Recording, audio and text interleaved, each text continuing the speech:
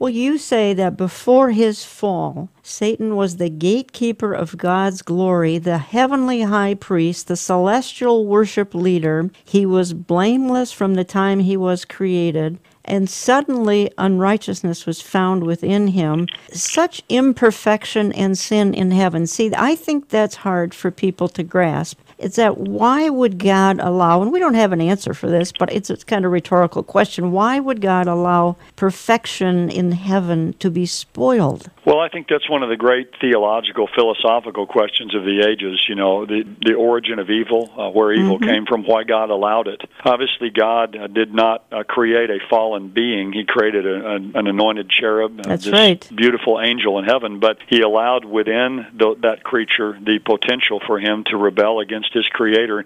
I think what you mentioned there in the passage in Ezekiel 28, that's the closest we have in the Bible to the origin of sin in the universe, where it says to us there, an unrighteousness was found in him, in this being that existed before God. And he fell at that time, and I think according to Ezekiel 28, he went about trafficking about heaven, and to put it in our terms nowadays, bad-mouthing God and slandering God, and he convinced a third of the angelic host to join in his rebellion against their Creator, against God. And again, to think of creatures who were there with God and who saw God and who were in His presence rebelling against Him just shows the potential in creatures for wickedness. I mean, we, of course, see the same thing with Adam and Eve. They walked with God in the cool of the day in the garden, and yet they too turned their back on Him. So there's a lot of mystery there. But again, I think when we do understand what the Bible says, it helps explain a lot of the things we see in our world today. Why is there the evil we see today? There's an origin to this. There's an ultimate source behind it, who is